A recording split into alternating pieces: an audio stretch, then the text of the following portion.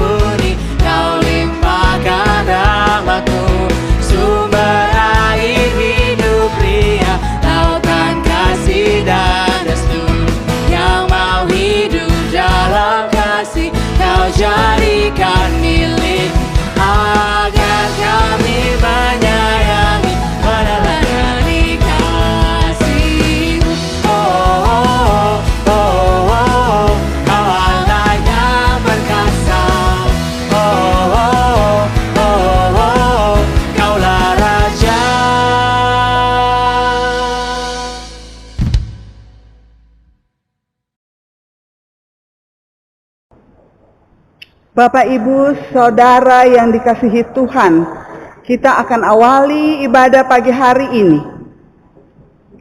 Pertolongan kepada kita adalah dalam nama Tuhan yang menjadikan langit dan bumi, yang tetap setia untuk selama-lamanya dan tidak meninggalkan perbuatan tangannya. Tuhan menyertai saudara-saudara.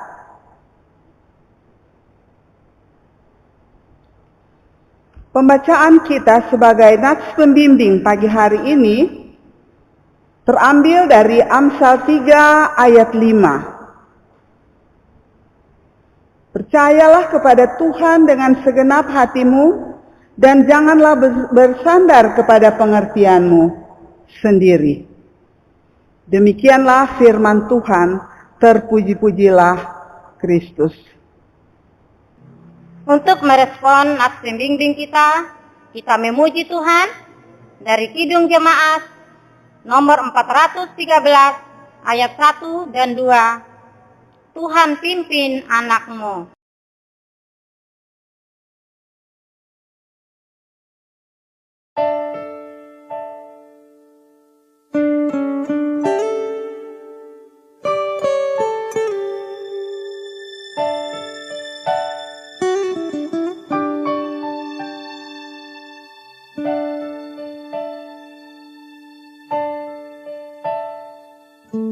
Tuhan pimpin anakmu agar tidak tersesat, akan jauhlah seteru bila kau tetap dekat.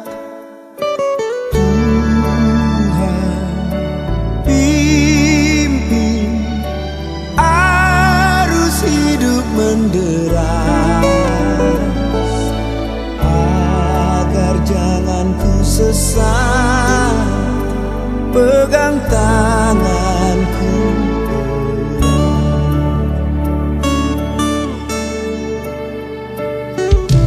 Hanya di kau sajalah perlindungan yang hidup menekan, kau harapanku penuh. Tuhan pimpin arus hidup menderas, agar jangan ku sesat, pegang tanganku.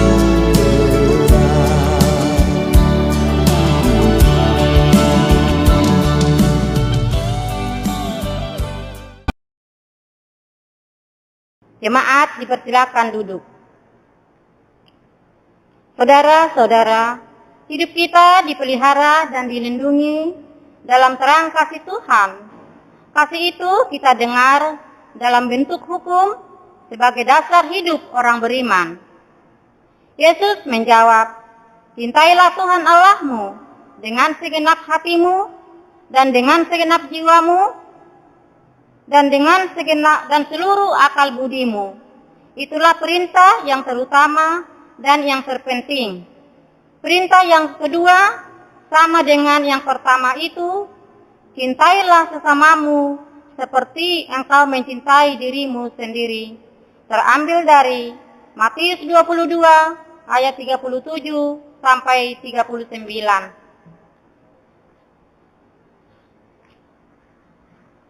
Akan tetapi kedua perintah itu tidak dapat kita laksanakan dengan sungguh-sungguh.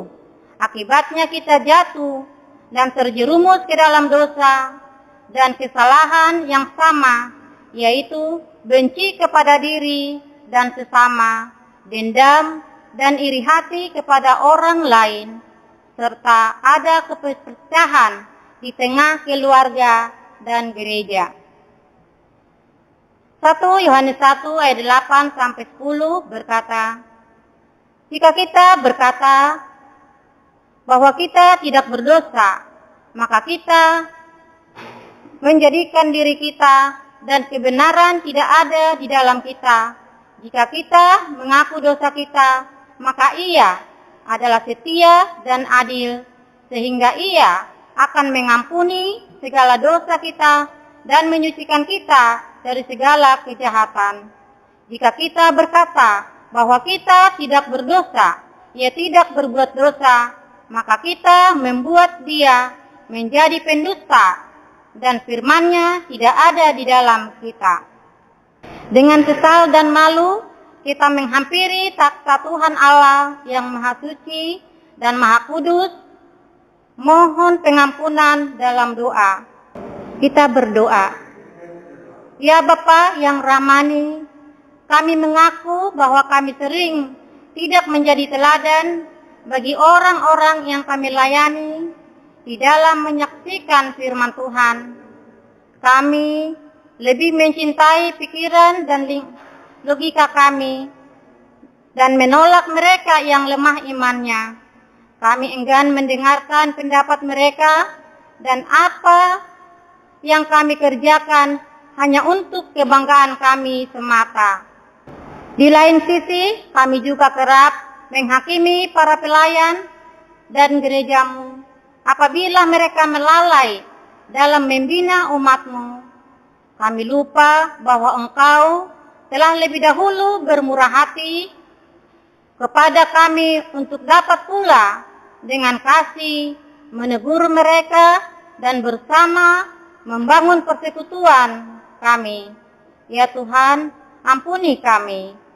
Kami membiarkan hati dan jiwa kami tertawan dalam kekecewaan dan hanyut dalam kebencian, sehingga tak jarang kami memilih untuk meninggalkan persekutuan kasih yang Engkau ciptakan di tengah umat-Mu. Ya Tuhan, ampuni kami. Kami meragukan kebenaran-Mu ketika dilanda putus asa akibat jeratan tangan dan kesulitan hidup. Kami cenderung membelokkan arah kaki kami ke jalan-jalan dunia yang menyenangkan dan mengalihkan hati kami pada hal-hal yang menjauhkan kami dari kasih-Mu. Ampuni kami yang telah meremehkan karya agung penebusan yang telah Engkau kerjakan dalam nama Tuhan Yesus. Amin.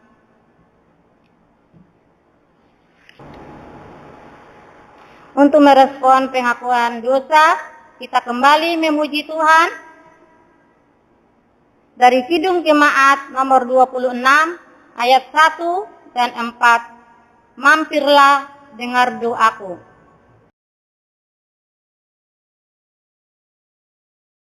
Amen.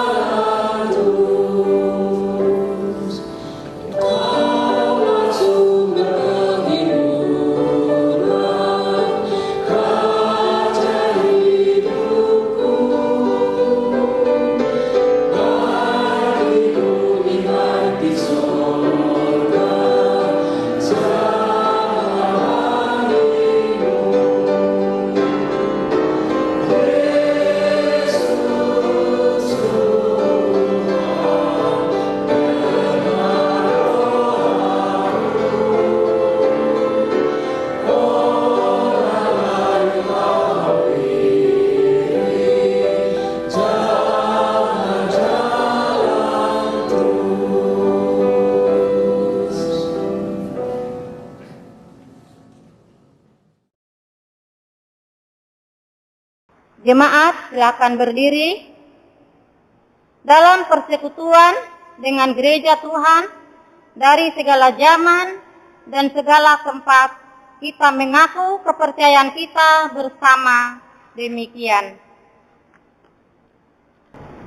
Aku percaya kepada Bapa yang Maha Kuasa, Khalif langit dan bumi, dan kepada Yesus Kristus, Anaknya yang tunggal, Tuhan kita, yang dikandung dari Roh Kudus, lahir dari anak darah Maria, yang menderita di bawah pemerintahan Pontius Pilatus, disalibkan, mati dan dikuburkan, turun ke dalam kerajaan maut pada hari yang ketiga, bangkit pula dari antara orang mati, naik ke surga, duduk di sebelah kanan Allah, Bapa yang Maha Kuasa, dan akan datang dari sana untuk menghakimi orang yang hidup dan yang mati.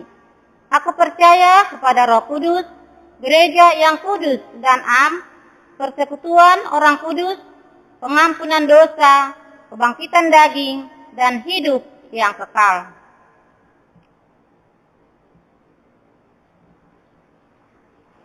Jemaat masih tetap berdiri.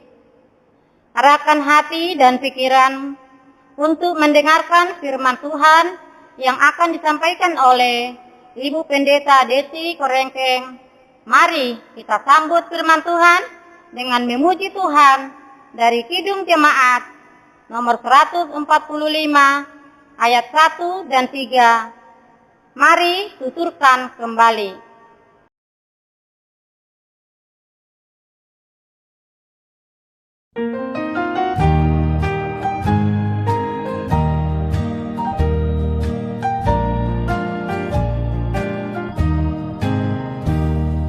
Mari tuturkan kembali kisah yang indah benar, warta berharga sekali, Yesus pahlawan besar. Bahwa di malam lahirnya, malam menyanyi merdu, hormat diberi bagi Allah, dunia beroleh restu. Mari tuturkan kembali kisah yang indah benar, warta berharga sekali, Yesus pahlawan besar. Tuhan dipaku di salib, tubuh memati dera,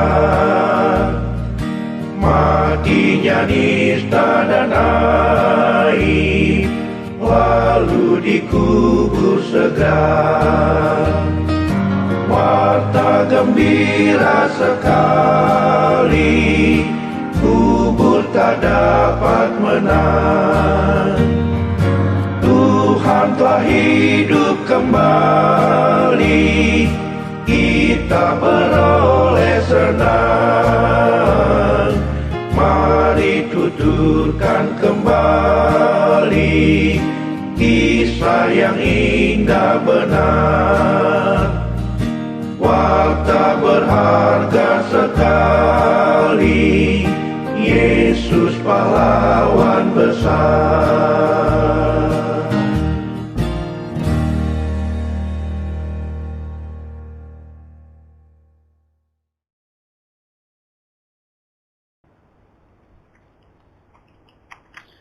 Sebelum kita masuk di dalam pembacaan Alkitab, mari kita satu di dalam doa. Ya Bapa, inilah kami anak-anak-Mu yang rindu dan haus akan firman-Mu. Karena firman-Mu adalah kekuatan dalam kehidupan kami. Di dalam kami menjalankan pekerjaan dan segala aktivitas kami. Kiranya Roh Kudus memenuhi kami, baik hamba-Mu yang akan menyampaikan, maupun jemaat yang akan mendengarkan, agar tenang dan fokus akan firman-Mu. Berfirmanlah ya Tuhan, kami siap mendengarkannya. Dalam nama Tuhan Yesus, Allah yang hidup, kami berdoa. Amin. Bapak, Ibu, Saudara yang dikasihi Tuhan, kita akan membaca bersama-sama pembacaan kita pagi hari ini yang terambil dari Yohanes 20 ayat 24 sampai dengan 29. Sekali lagi, Yohanes 20 ayat 24 sampai dengan 29. Yesus menampakkan diri kepada Thomas. Tetapi Thomas, seorang dari ke-12 murid itu yang disebut Didimus, tidak ada bersama-sama mereka ketika Yesus datang ke situ. Maka kata murid-murid yang lain kepadanya, "Kami telah melihat Tuhan." Tetapi Thomas berkata kepada mereka, "Sebelum aku melihat bekas paku pada tangannya, dan sebelum aku mencucukkan jariku ke dalam bekas paku itu, dan mencucukkan tanganku ke dalam lambungnya, sekali-kali aku tidak akan percaya." 8 hari kemudian murid-murid Yesus berada kembali dalam rumah itu, dan Thomas bersama-sama dengan mereka. Sementara pintu-pintu terkunci, Yesus datang dan ia berdiri di tengah-tengah mereka dan berkata, "Damai sejahtera bagi kamu." Kemudian ia berkata kepada Thomas, "Taruhlah jarimu di sini dan lihatlah tanganku. Ulurkanlah tanganmu dan cucukkan ke dalam lambungku, dan jangan engkau tidak percaya lagi, melainkan percayalah." Thomas menjawab dia, "Ya Tuhanku dan Allahku." Kata Yesus kepadanya, "Karena engkau telah melihat aku, maka engkau percaya. Berbahagialah mereka yang tidak melihat, namun percaya." Demikian firman Tuhan, terpuji-pujilah Kristus.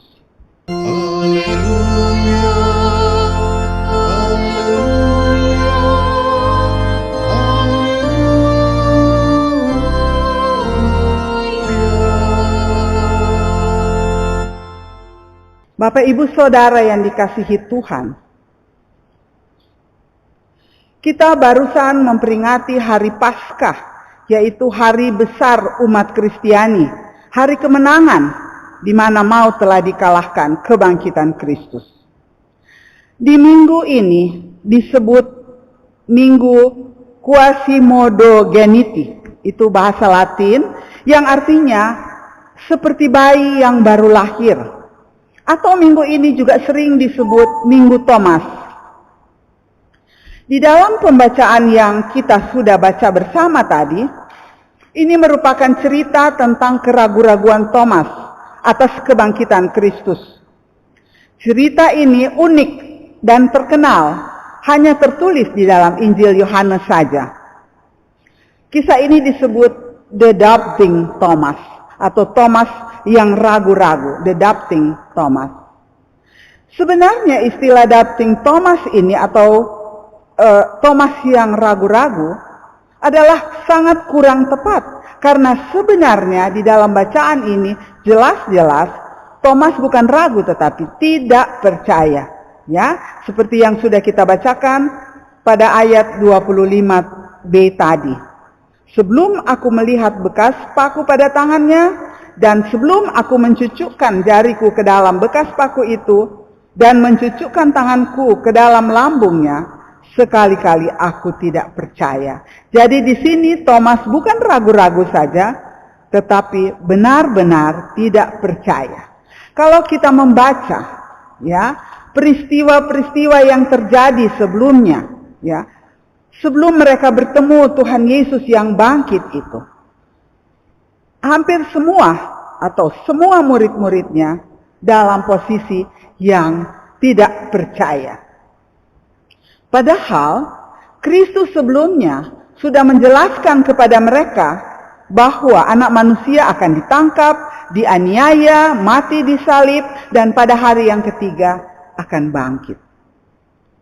Tetapi ketika Yesus ditangkap dan dipaku di kayu salib, semua murid-muridnya terguncang imannya. Kita melihat bahwa Maria mengatakan kepada para murid-muridnya bahwa Tuhan telah bangkit. Aku telah melihat Tuhan. Yohanes 20 ayat 18. Mereka semua bahkan tidak percaya.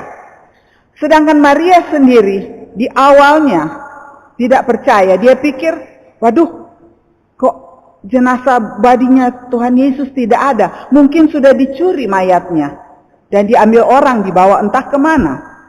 Nanti Maria percaya di waktu Maria bertemu langsung dengan Tuhan Yesus. Atau Tuhan menyatakan dirinya kepada Maria. Kita juga melihat Petrus. Pada waktu Petrus melihat kuburan yang kosong, ya, Lukas 24 ayat 12, dia sama sekali belum percaya. Bahkan dia menjauh dari kuburan dan dia bertanya dalam hati, apakah yang sedang terjadi lagi? Demikian juga kita mengetahui bahwa dua murid Tuhan Yesus yang pergi ke Emmaus, mereka juga tidak percaya walaupun mereka sudah dengar dari Maria dan perempuan-perempuan itu bahwa kubur sudah kosong dan Tuhan Yesus sudah bangkit. Kedua murid itu masih tetap berpikir, bagaimana ini ya? Karena apa? Tadinya mereka berharap bahwa Yesus akan menjadi juru selamat untuk membebaskan bangsa Israel dari penjajah pada waktu itu. Tapi sekarang dia sudah mati. Bahkan ada desas-desus sudah bangkit. Jadi di sini kelihatan murid-muridnya tergoncang imannya dan tidak percaya akan kebangkitan Yesus. Mereka semua bingung, sangat bersedih. Ya, kita bisa membayangkan kondisi mereka saat itu, ya. Iman tergoncang, sedih, pukulan, hilang harapan, seolah-olah ini sudah akhir. Sebaliknya, murid-murid yang sudah bertemu dengan Tuhan Yesus, mereka sudah menjadi saksi mata dan mereka sudah dalam kondisi yang bersukacita karena sudah melihat akan kebangkitan Yesus. Bapak Ibu Saudara yang dikasihi Tuhan, tidak percaya sebelum melihat itu biasanya manusia. Tetapi tema kita pagi hari ini adalah sebaliknya. Percaya walau tidak melihat. Di dalam Yohanes 20 ayat 29, kata Yesus kepadanya, karena engkau telah melihat aku, maka engkau percaya. Berbahagialah mereka yang tidak melihat namun percaya. Ya. Bapak Ibu Saudara yang dikasihi Tuhan, banyak dari kita yang percaya bila kita sudah menyaksikannya sendiri.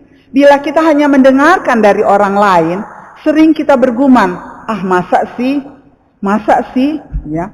Hal-hal yang luar biasa, hal-hal yang spektakuler, ataupun mujizat-mujizat dari Tuhan, biasanya muncul terlebih dahulu baru orang itu mau percaya dan mau ikut Tuhan dan mau mengaku Tuhan Yesus adalah Allah yang hidup. Hal ini tidak mengherankan kepada Thomas, seorang muridnya yang notabene sudah bersama-sama dengan dia di dalam pelayanan. Karena apa? Selalu manusia minta bukti. Sewaktu murid-murid lain bercerita bahwa mereka telah melihat Yesus, Thomas tidak langsung percaya. Bapak, Ibu, Saudara yang dikasihi Tuhan, kita melihat bahwa kematian Tuhan Yesus di kayu salib, iman murid-muridnya sangat tergoncang, terutama salah satunya included Thomas. Dia pergi meninggalkan persekutuannya yang biasa mereka kumpul, melaksanakan ibadah bersama, bersekutu bersama dengan murid-murid yang lain. Dia pergi, ya, dia meninggalkan mereka. Dan apa yang dia rasakan selama dia tidak bersama-sama dengan mereka, dia merasa frustrasi karena menganggap kematian Tuhan Yesus di kayu salib adalah akhir dari segala-galanya. Jadi dengan ketidakhadiran Thomas di dalam seminggu itu, dia berada dalam kegalauan. Sebaliknya, murid-murid yang sudah bertemu Tuhan Yesus sudah dalam kondisi bersukacita dan bersemangat, ya. Bapak Ibu yang dikasihi Tuhan, oleh karena itu, janganlah kita seperti Thomas yang bila ada keraguan atau dalam keadaan galau kita pergi menyendiri. Tetapi di dalam satu kebersamaan, di dalam satu persekutuan, kita mampu menghalau segala kegalauan itu dan kita dapat menikmati sukacita bersama-sama dengan Tuhan. Ada amin? Bapak, Ibu, Saudara yang dikasihi Tuhan, kita melihat begitu mudahnya iman Thomas memudar, padahal dia lama bersama-sama dengan Tuhan. Ia mendengar sendiri apa yang sering Tuhan Yesus sampaikan, bahwa ia akan mati, disalibkan, bangkit dan dikuburkan, dan pada hari yang ketiga bangkit. Tetapi konsepnya yang dia terima berbeda. Tuhan tahu benar apa yang berkecamuk di dalam hati Thomas, sehingga 8 hari kemudian Tuhan Yesus datang, di mana Thomas bersama-sama dengan teman-temannya di sana. Pada ayat 27 dikatakan, kemudian ia berkata kepada Thomas, taruhlah jarimu di sini dan lihatlah tanganku. Ulurkanlah tanganmu dan cucukkan ke dalam lambungku, dan jangan engkau tidak percaya lagi, melainkan percayalah. Setelah melihat bukti itu, barulah Thomas menjawab, ya Tuhanku dan Allahku. Demikian juga dengan kehidupan kita sebagai anak-anak Tuhan. Tuhan tahu apa yang sedang berkecamuk atau yang digumuli oleh saudara dan saya, oleh kita masing-masing. Kita tidak ragu-ragu lagi atau tidak percaya seperti Thomas, melainkan kita percaya walaupun tidak melihat. Ada amin?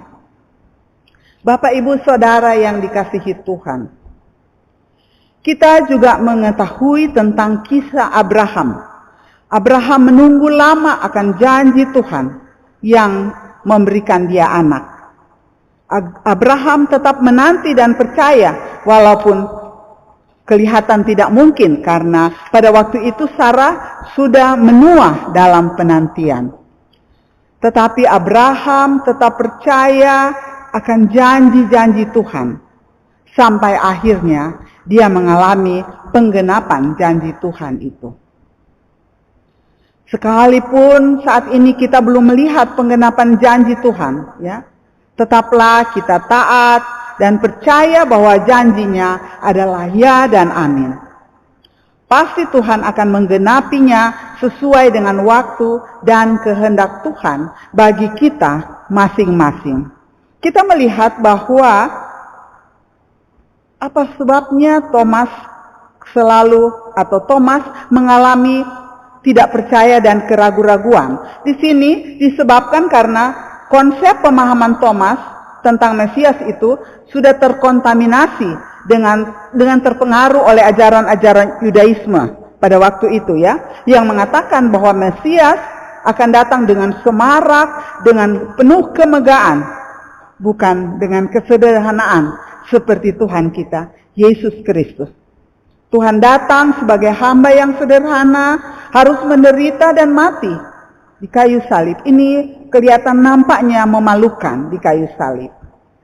Bapak, Ibu, Saudara, Thomas 3,5 tahun hidup bersama dengan Tuhan Yesus.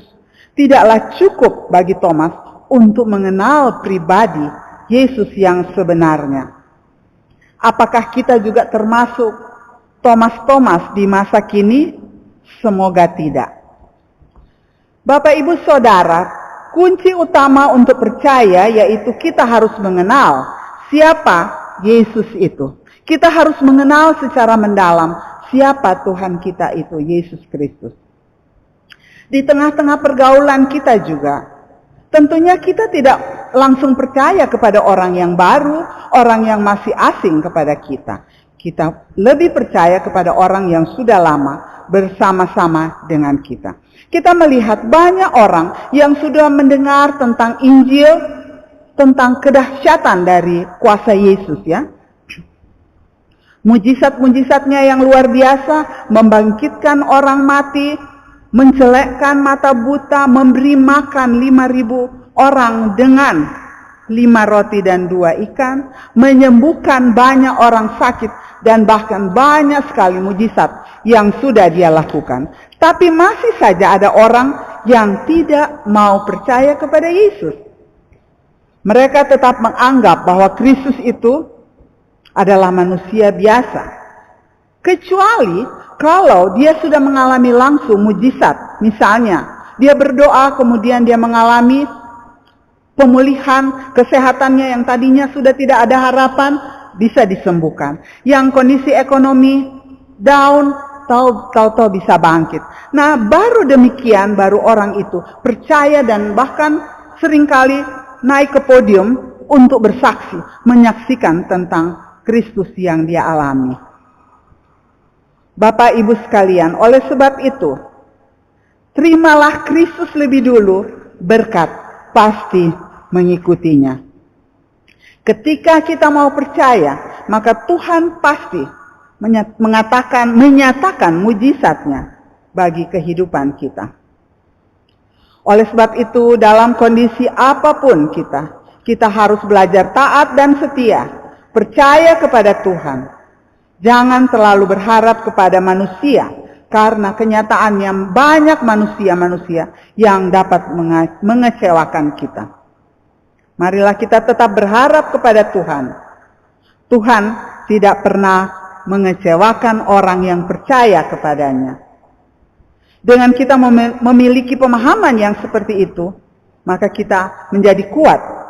Meskipun banyak tantangan yang kita hadapi, tetapi kita percaya Tuhan akan memberikan pertolongan dan jalan keluar yang terbaik bagi kita masing-masing.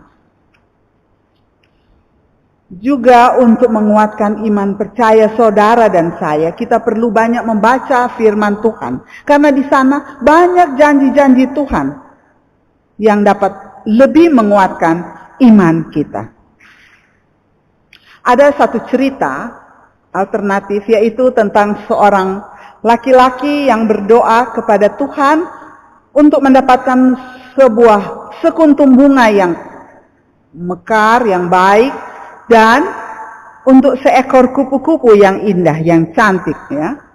Tetapi ternyata dia hanya menerima sebongkol kaktus. Dia menerima sebongkol kaktus dan dengan seekor ulat ya, ulat kecil. Dia pikir, waduh, Tuhan kita repot barangkali ya. Banyak sekali permintaan-permintaan yang masuk, sehingga Tuhan lupa memberi yang salah kepada saya. Akhirnya dia mendiamkan kondisi itu, dia tidak mengungkit-ungkit lagi. Satu waktu dia datang ke tempat di mana dia letakkan kaktus itu. Dia melihat di sana, kaktus yang tadinya jelek, sekarang sudah ada kuncup bunga yang indah di sana.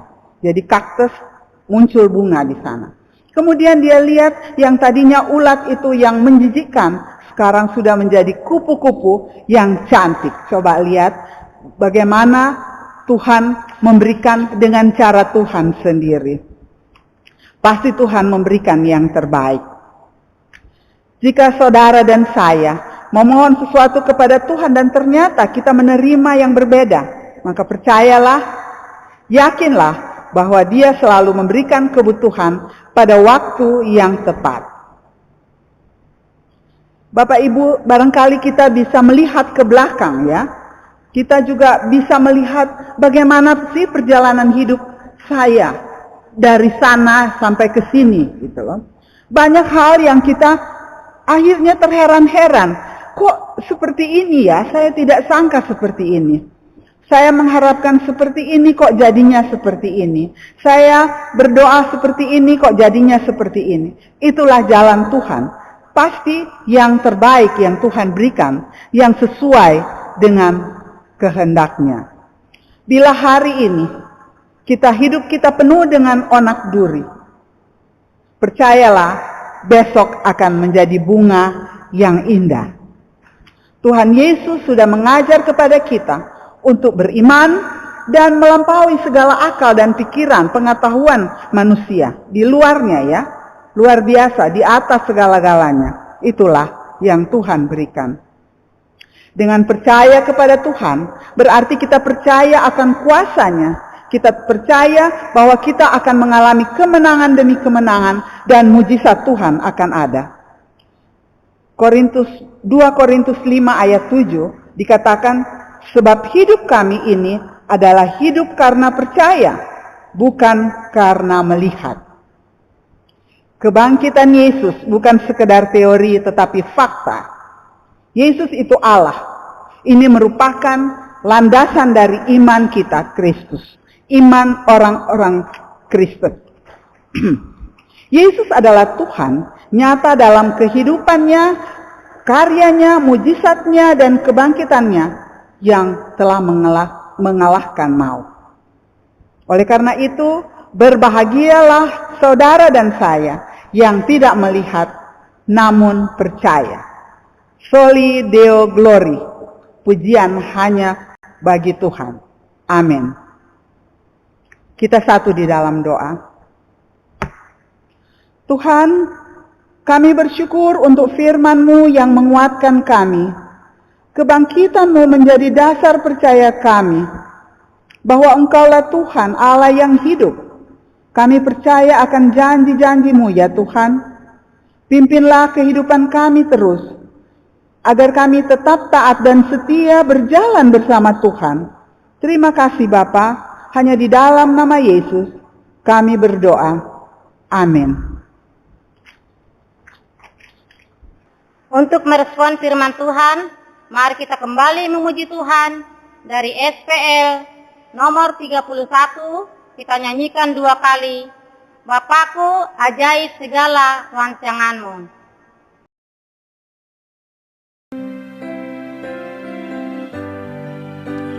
Ajar ku mengerti segala rencana-Mu. Ajar ku berserah hanya padamu. Bimbinglah jalanku dalam terang firman-Mu. Ajarku berharap hanya padamu.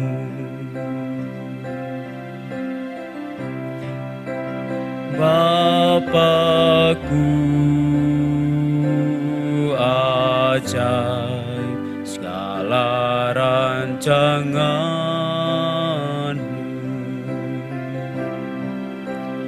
Tuhanku, heran perbuatan-Mu. Engkau sanggup mengadakan segala yang ku perlukan.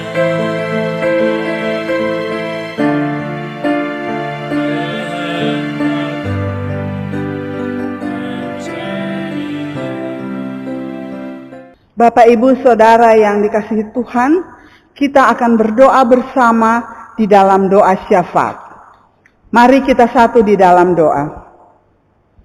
Segala puji dan hormat kami naikkan ke hadapan hadirat-Mu Tuhan, karena Engkau selalu begitu baik di dalam kehidupan kami. Biarlah Tuhan pimpin terus, agar kami boleh berjalan sesuai dengan kehendak Tuhan. Bapa Surgawi, begitu banyak hal yang ada di depan kami, tapi kami tetap kuat, karena kami percaya Tuhan yang menuntun kami. Kesempatan ini kami berdoa untuk program dari majelis dan pelayan-pelayan GKOI Petra, agar di dalam berjalan dapat menjalankannya dengan baik karena pimpinan dan tuntunan Tuhan senantiasa yang dapat membawa damai sukacita di dalam melayani Tuhan. Terima kasih Tuhan, kami juga berdoa untuk Gembala Sidang, biarlah Tuhan juga memberkati kehidupannya, kehidupan keluarganya Tuhan, sehingga dia boleh menjadi terang di tengah-tengah kehidupan jemaat GKOI Petra. Terima kasih ya Tuhan Yesus. Kami berdoa untuk jemaat GKOI Petra yang sedang sakit di rumah maupun di rumah sakit. Biarlah Tuhan Yesus menjamah dan memulihkan dengan sempurna. Berkati obat-obat yang mereka pakai agar supaya itu dapat menjadi kepanjangan tangan Tuhan di dalam penyembuhannya. Bagi jemaat yang sedang dalam kondisi khawatir ataupun bimbang, biarlah Tuhan yang menguatkan, mempertetapkan hati mereka agar supaya iman mereka tetap bertambah dan tumbuh. Walaupun ibadah-ibadah hanya melakukan di rumah saja, biarlah setiap kami makin setia dan taat dalam merenungkan firman Tuhan, sehingga dapat mengetahui apa maksud Tuhan di dalam setiap kehidupan kita. Terima kasih ya Tuhan Yesus. Kami berdoa untuk negara dan bangsa Indonesia yang kami cintai ini. Tuhan, kami memohon Engkau melindungi Bapak Presiden Joko Widodo beserta keluarga, Wakil Presiden beserta keluarga, bahkan seluruh kabinet, menteri-menteri yang ada di dalam kabinet, staf kepresidenan, agar supaya dapat bekerja sehati di dalam menjalankan program-program pemerintah.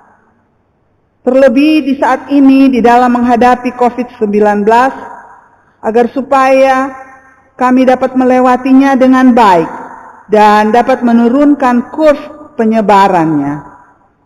Terima kasih ya Tuhan Yesus. Demikian pula dengan di dalam sektor perekonomian, agar kita dapat melewatinya dengan baik dan dapat normal kembali. Kami juga berdoa untuk para dokter, para tenaga-tenaga medis, pekerja-pekerja di rumah sakit. Tuhan memberikan mereka kekuatan, kesehatan, serta kebijaksanaan di dalam mereka menjalankan tugas-tugas yang mengandung risiko COVID-19. Tuhan tolong jaga dan lindungi mereka, keluarga-keluarga mereka. Kiranya Tuhan memberkati tugas-tugas dan kehidupan mereka. Terima kasih Tuhan, terima kasih. Kiranya Tuhan mengampuni segala dosa dan kesalahan kami, dan Bapa mau menyempurnakan doa kami ini, yang kami panjatkan hanya di dalam nama Tuhan Yesus, yang sudah mengajar kami berdoa. Bapa kami yang di surga, dikuduskan namamu, datanglah kerajaan-Mu, jadilah kehendak-Mu di bumi seperti di surga. Berikanlah kami pada hari ini makanan kami yang secukupnya, dan ampunilah kami akan kesalahan kami, seperti kami juga mengampuni orang yang bersalah kepada kami. Dan janganlah membawa kami ke dalam pencobaan, melainkan lepaskanlah kami dari yang jahat. Karena Engkau yang mempunyai kerajaan dan kuasa dan kemuliaan sampai selama-lamanya. Amin.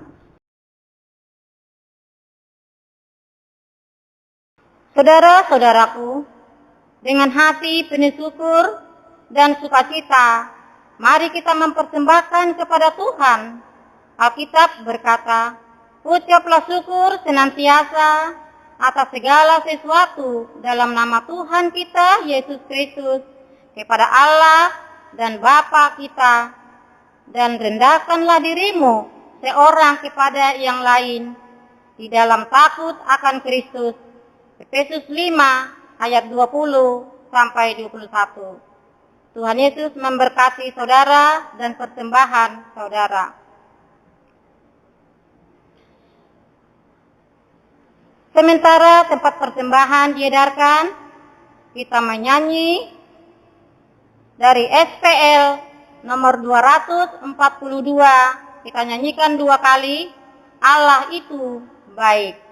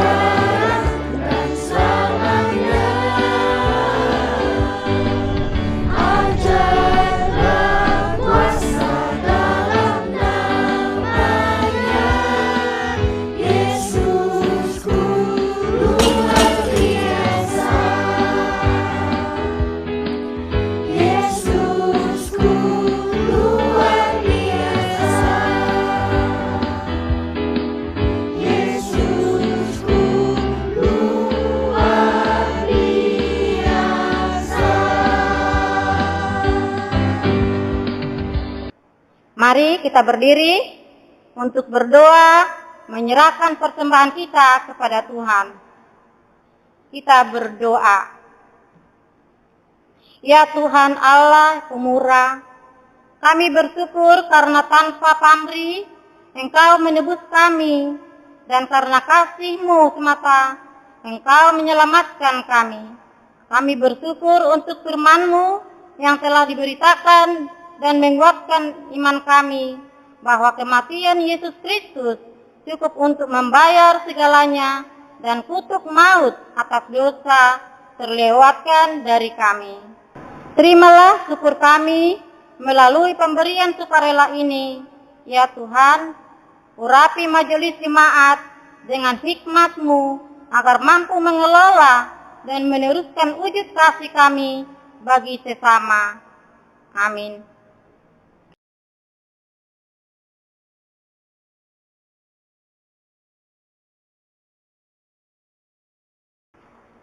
Mari kita akhiri ibadah kita dengan memuji Tuhan kembali dengan pujian PKJ nomor 281 ayat 1, 2, dan 3.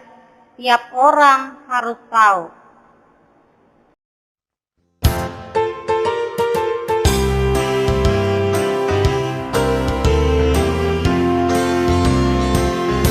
Tiap orang harus tahu, tiap orang harus tahu, tiap orang harus tahu siapa Yesus. Dia bagai bunga bakung, bintang fajar cemerlang,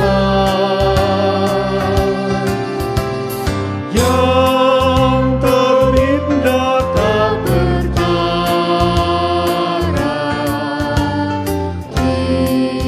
Tiap orang harus tahu, tiap orang harus tahu, tiap orang harus tahu, tiap orang harus tahu siapa Yesus. Dia penyembuh ragaku, juru selamat jiwaku. Dia membaptiskan aku dengan api Roh Kudus. Tiap orang harus tahu, tiap orang harus tahu, tiap orang harus tahu siapa Yesus. Dia putra yang terkasih, anak domba yang kudus. Dia membelai surgawi.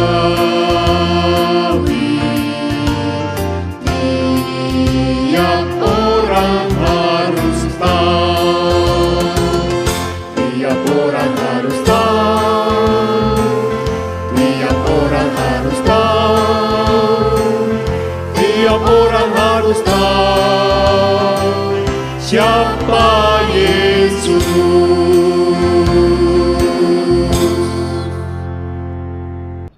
Bapak Ibu yang dikasihi Tuhan, tibalah kita di akhir dari ibadah ini dan kita akan menerima berkat. Kembalilah saudara-saudara dengan taat dan setia menurut akan firman Tuhan dan tetap percaya akan Tuhan kita walaupun tidak melihat. Dan terimalah berkat Tuhan. Tuhan memberkati engkau dan melindungi engkau.